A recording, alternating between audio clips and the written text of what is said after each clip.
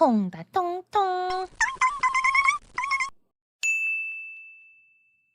안성장의 과일. 안성장에는 과일이 많았다.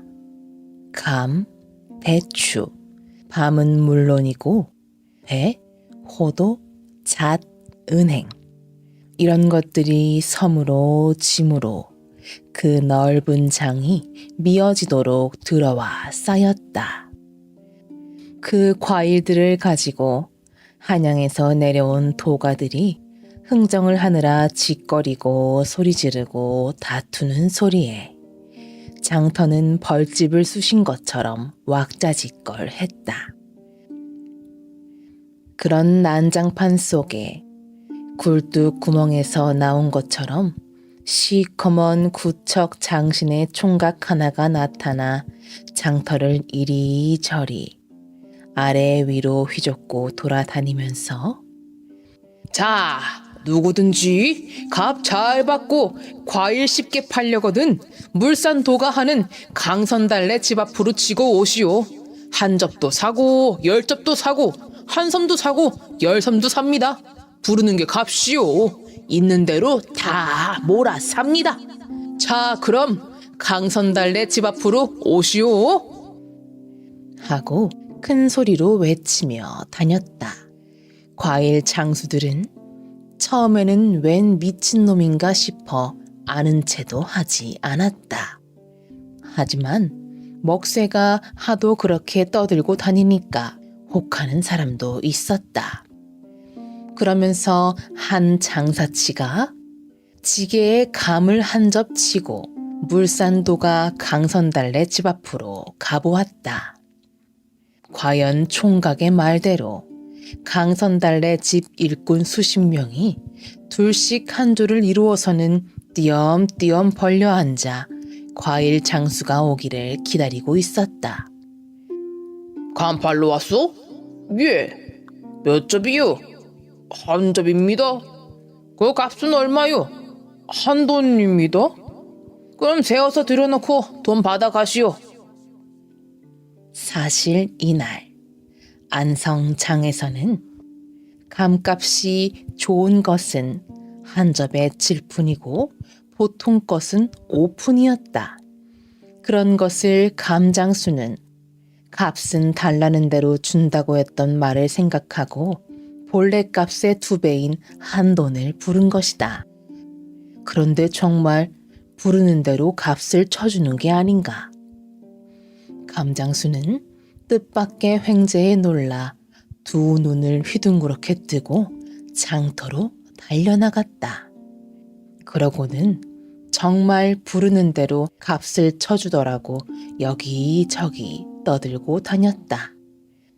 소문은 삽시간에 장터 곳곳으로 퍼져나갔다. 소문을 들은 과일 장수들은 너도 나도 앞을 다투어 과일을 치고 강선달래 집 앞으로 꾸역꾸역 몰려들었다. 지게에 감을 지고 오는 사람, 호도 한 섬을 말에 싣고 오는 사람, 밤 한 섬을 소등에 싣고 오는 사람. 소문에 들은 대로 사람들은 과일을 가지고 와서 부르는 대로 값을 쳐서 받았고 강선달래 사람들은 물건이 좋고 나쁨을 가리지 않고 가지고 온 과일을 모두 사들였다. 마침내 과일장은 강선달래 집 앞으로 서서히 옮겨졌다. 해가 질 때쯤 되자 이날 장에 나왔던 과일이란 과일은 죄다 강선달래 곳간으로 들어가 쌓였다. 한양에서 내려온 과일 도가들도 이익이 남는 것은 똑같은데 구태여 한양까지 싣고 갈 이유가 없다고 생각하고는 아침 일찍 샀던 것을 도로 다 팔아버렸다. 장터에 나왔던 과일을 부르는 대로 값을 쳐주고 싹싹 쓸어 사들이다니 이건 정말 해괴한 일이었다. 안성장이 생긴 이후로 처음 있는 일이었다. 사람들은 둘만 모여도 부르는 대로 값을 쳐주며 과일을 모조리 사간 이야기를 가지고 수군거렸다. 그러나 아무도 과일을 사들인 사람이 누구이며 무슨 일로 그렇게 했는지는 알지 못했다. 아니 도대체 누가 과일을 그렇게 사들일까? 그러게 말이야. 한꺼번에 많은 과일을 사들여서 뭘 하려는 거지? 사람들은 한여름밤 개구리처럼 왁자지껄 그 이야기로 수다를 떨었다. 강선달과 알고 지내는 사람들은 왜 그렇게 과일을 사들이는 거냐며 물어보기도 했다. 그러면 강선달은 나도 모르겠소. 나는 그저 손님의 심부름을 할 따름이요. 하고 대답할 뿐이었다. 그날 밤 허생은 조촐한 술상을 앞에 두고 주인 강선달과 마주 앉아 향기로운 약주잔을 기울이며 이야기를 나누었다. 허생은 좋은 술로 10잔 정도는 즐기는 사람이었다. 무엇이든 절제를 잘하는 편이어서 술도 적당히 마실 뿐 취하도록 술잔을 기울이지는 않았다. 오늘 모두 얼마나 샀습니까? 허생이 묻는 말에 강선달은 공손히 한 800냥 어치 정도 산 모양입니다. 하고 대답했다. 어허, 겨우? 800냥이 적습니까? 돈 800냥만 생각하면 클 수도 있겠지요. 하지만 이렇게 큰 안성장의 과일을 죄다 사들이기에는 800냥이 너무 적은 돈이지 않습니까? 앞으로 서리가 올 때까지 과일이 더 나오긴 할 것입니다. 그렇긴 하지만 장날이 아닌 날에도 과일이 들어옵니까? 예, 많이 들어옵니다. 그러면 과일 들어오는 것이 떨어질 때까지 감 1개, 대추 1개라도 다른 손에 넘어가지 않도록 다 사주십시오. 강선달은 근심 어린 목소리로 말했다. 상하는 것은 상관없습니다. 무조건 사드리기만 해주십시오. 그리하여 9월 금운까지 안성으로 들어오는 과일이라는 과일은 깡그리 사서 곳간에 들였다.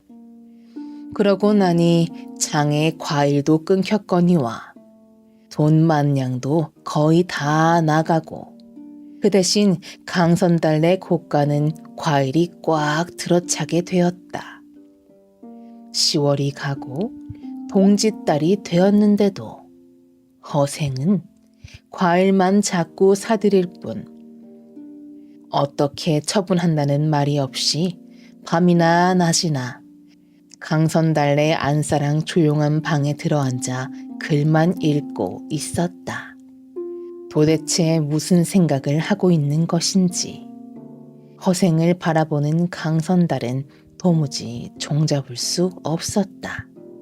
앞으로 어떻게 할 계획인지 굳게 닫힌 허생의 입은 열리지 않고 안성의 겨울은 깊어만 갔다. 만냥을 10만냥으로. 한편 한양에서는 과일을 찾느라고 사람들의 눈이 점점 커지고 있었다. 해마다 한양에서 팔리는 과일의 대부분은 안성장을 거쳐 올라오게 마련이었다. 강원도, 황해도, 그리고 경기도 다른 지역에서 나는 과일이 한양으로 약간 들어오기는 했지만 초가을에 조금 들어오고 나면 그만이었고 늦은 가을부터 이듬해 봄까지는 안성장을 거쳐 남쪽에서 올라오는 과일이 대부분이었다. 그런데 올해는 안성으로부터 올라오던 과일이 칼로 자른 듯 뚝 끊겨버린 것이다. 추석 무렵부터 벌써 과일이 귀해지더니 동짓달이 되자 한양 장안에서는 감 1개, 밤 한토를 구경할 수가 없었다. 호강하는 양반들도 자쭉 구경을 못했다. 또 어느 대갓집에서는 과일 없는 제사를 지내야 했다. 사람들은 차츰 이게 무슨 일이냐며 수군대기 시작했다. 대궐에서조차도 밤, 대추, 곶감이 없어 약식을 만들지 못했고 식혜에 실백자, 잣도 띄우지 못했다. 탕약에도 대추를 넣지 못하고 다려먹기가 예사였다. 워낙 과일이 귀해서 조상님 제사 때나 조금 입에 대보던 사람들이야 크게 걱정할 일은 아니었지만 살림이 넉넉한 양반네들은 과일 맛을 아는지라 과일이 없다는 사실에 아쉬움을 느낄 수밖에 없었다. 한양 장안에 과일이 귀하다는 소문을 듣고 양주에 사는 어떤 사람은 제 부모 제사에 쓰려고 묻어두었던 밤 한 마를 가지고 와서는 한 양을 갖고 팔기도 했다. 보통 때라면 밤 한 말에 5푼을 넘지 않았다. 그야말로 과일이라 이름 붙여진 것들은 부르는 게 값이 된 것이다. 곶감 한 접을 팔아 큰 돈을 번 사람이 있는가 하면 부잣집 환갑잔치에 대추 석대를 구해다 주고 한겨울 지낼 뗄나무를 장만한 사람도 있었다. 이렇게 한양 장안에서 과일이 자취를 감추자 도가들은 저마다 안성읍의 강선달을 찾았다.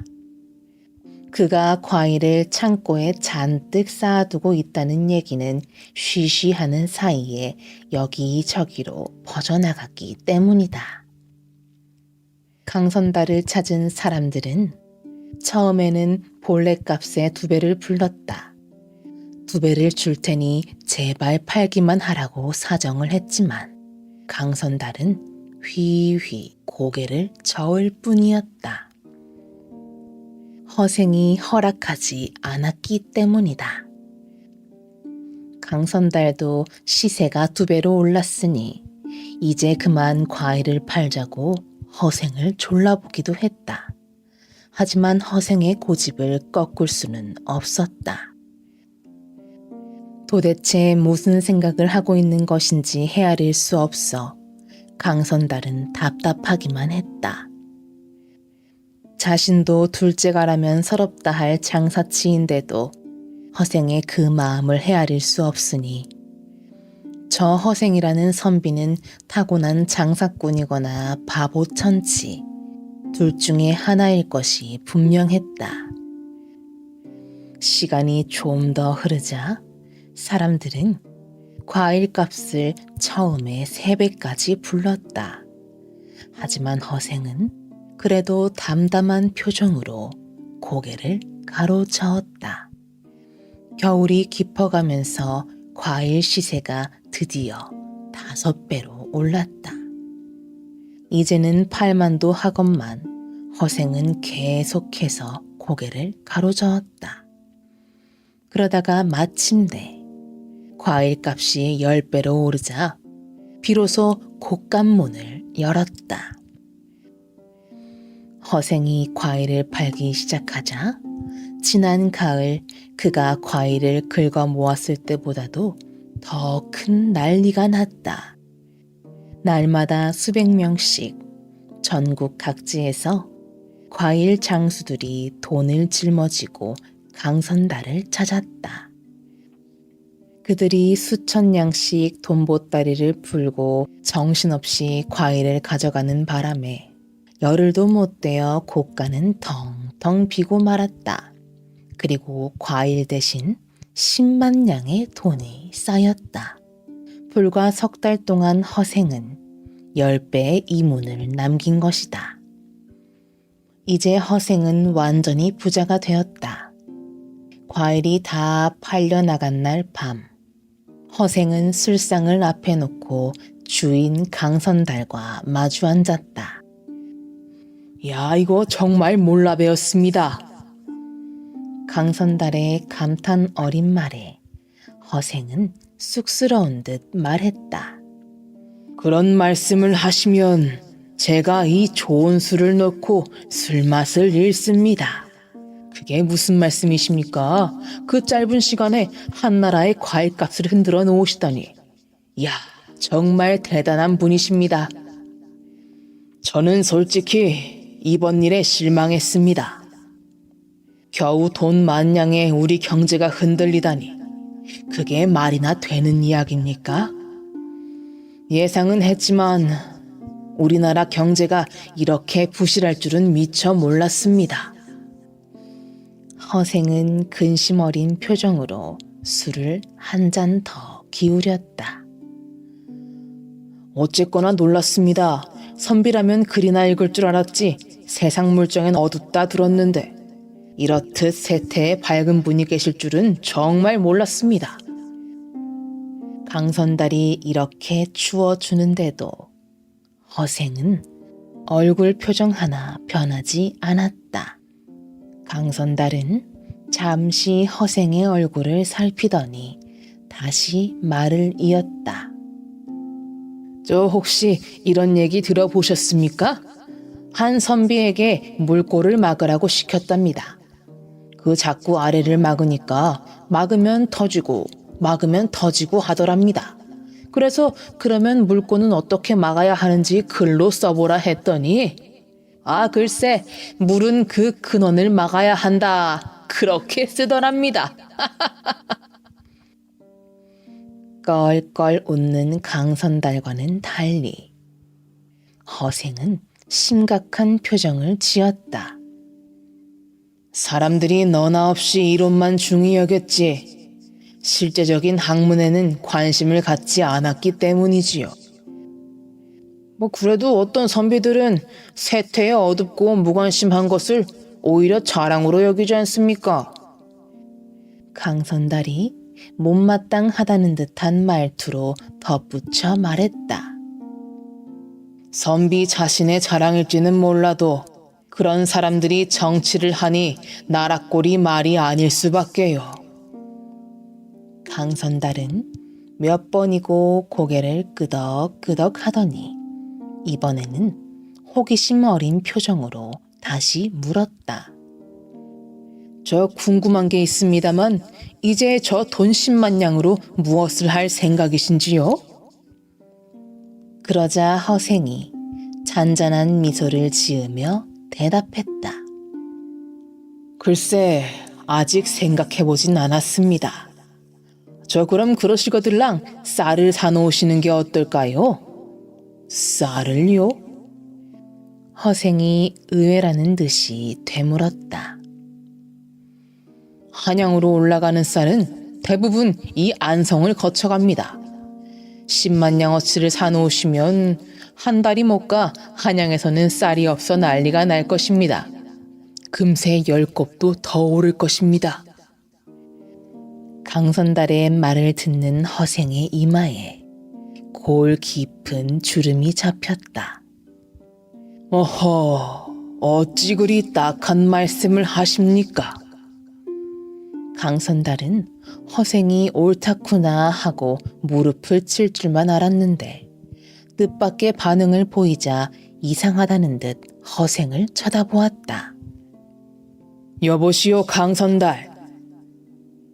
예, 과일은 주로 누가 먹던가요? 그야 부잣집 사람들이나 양반들이. 그렇지요. 그런 사람들이야 과일을 좀 비싼 값으로 사 먹기도 하겠지요. 그들은 밤 한말에 너푼하던 것을 10배 값인 넉돈이나 닷돈에 사 먹어도 살림이 거덜나지는 않겠지요. 그야 물론이죠. 그렇지만 서민이나 가난한 사람들은 과일을 먹지 못해서 죽지는 않으니까 비싸면 안 사 먹으면 그만일 것입니다.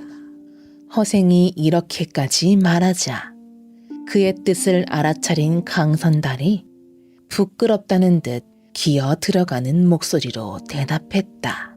예, 그렇지요. 하지만 쌀은 경우가 좀 다릅니다. 부자들이나 양반들이야 몇 달 먹을 양식쯤은 진작에 다 장만해두지 않았겠습니까? 그러니까 쌀이 아무리 귀하고 값이 비싸더라도 그 사람들이 밥을 굶거나 답답한 일은 없을 거라는 겁니다. 쌀이 값이 올라 귀하게 되면 결국 고통받는 것은 서민과 가난한 사람들일 것입니다.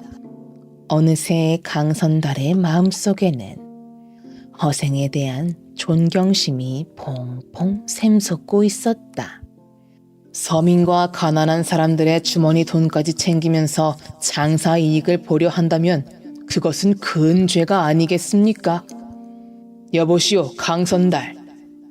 당신도 보아하니 돈을 좀 모은 모양입니다만 돈도 모을 돈이 있고 모아서는 안 되는 돈이 있는 것입니다. 예, 그렇지요. 악한 돈일랑은 모으지 마십시오. 인자는 불부라.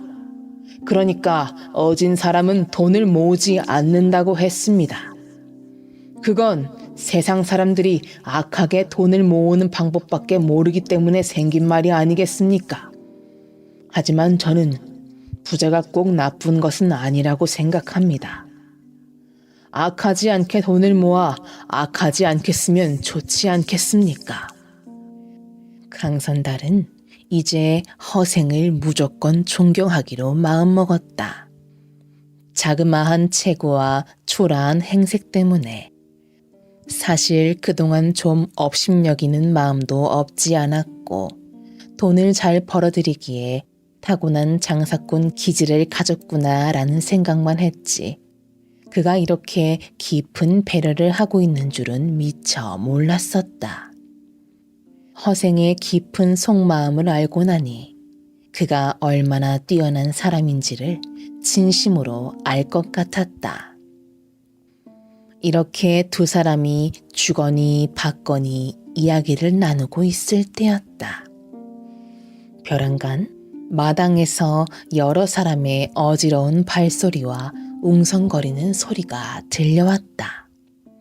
종종 겪어본 경험이 있어서인지 강선달은 단박에 얼굴이 흑빛으로 변했다. 허생은 그런 강선달을 의아한 듯 쳐다보았다. 도무지 영문을 모르겠다는 표정이었다. 강선달은 사지를 달달 떨면서 화적이 들었습니다. 얼른 피신을 하십시오. 라고 말했다. 급한 목소리였다. 그러나 허생은 조금도 동요함이 없이 태연히 앉은 채 화적이 그렇게 두렵습니까? 하고 되물었다. 당해보지 않아서 그렇게 쉽게 말씀하시는 겁니다. 강선달의 목소리는 팽팽히 당겨진 줄처럼 위태롭게 떨리고 있었다. 화적이라면 달라는 돈만 주면 될 것 아닙니까? 여전히 허생은 태연한 목소리였다. 그렇긴 합니다만. 그러자 허생이 차분히 가라앉은 목소리로 타일렀다. 제게 생각이 있으니 걱정하지 마십시오. 그때였다. 방문이 와락 열리면서 번쩍거리는 장검을 든 사람이 앞장서 들어왔다. 그 뒤로 식칼과 몽둥이와 창을 든 여러 사람들이 앞사람을 따라 방으로 척척 들어섰다. 두목인 듯 싶은 맨 앞사람이 허생과 강선달을 번갈아 보면서 큰 소리로 쩌렁쩌렁하게 물었다. 둘 중에 누가 허생이냐? 허생은 눈썹 하나 까딱 않고 천연덕스럽게 말했다. 허생은 난데 너희들은 누구며 무슨 일로 그러느냐? 조금도 겁내지 않는 당당한 모습에 화적대 두목의 눈썹이 움찔하고 움츠러들었다. 그리고 목소리까지 조금 떨려서 나왔다. 보면 모르냐? 너 돈 10만 양을 가졌다고. 어느새 화적대 두목은 말까지 더듬고 있었다. 그렇다. 10만 냥을 갖고 있다. 그러자 두목은 한 손으로 뒤에 있는 사람들에게 손짓을 했다. 저놈을 꼼짝 못하게 묶어라. 두목이 허생을 손으로 가리키자 허생은 느닷없이 껄껄 웃음을 터뜨렸다. 못난 놈들이로구만. 무기까지 지닌 너희들이 나 하나를 못 당해서 묶어놓겠단 말이냐. 두목이 깜짝 놀라서 허생을 돌아보았다. 허생을 향해 달려들던 부하들도 멈칫하는 것 같았다. 허생은 껄껄 웃으며 다시 말을 이었다. 그것도 아니면 10만 냥이라는 돈을 몸에 지니고 도망칠까봐 묶는단 말이냐. 허생의 비웃는 듯한 말에 화적대 두목은 컬컬한 목소리로 말했다. 이놈 봐라. 뚝배기보다 장맛이 낫다더니 그 생김새 치곤 제법이로구나. 그래, 순순히 돈을 다 내놓을 테냐? 안 주면 사람이 다칠 테고. 허생의 어린아이 같은 질문에 두목은 어이가 없다는 듯이 고개를 끄덕였다. 그럼 어쩌겠는가? 주어야지. 별 수 없지 않겠나? 이번에는 화적들이 오히려 당황한 것 같았다. 허생은 방구석에서 오들오들 떨고 있는 강선달에게 돈을 놓아둔 곳간의 열쇠와 등불을 가져오라고 말했다. 잠시 후 열쇠와 등불이 오자 허생은 손수 앞장을 섰다.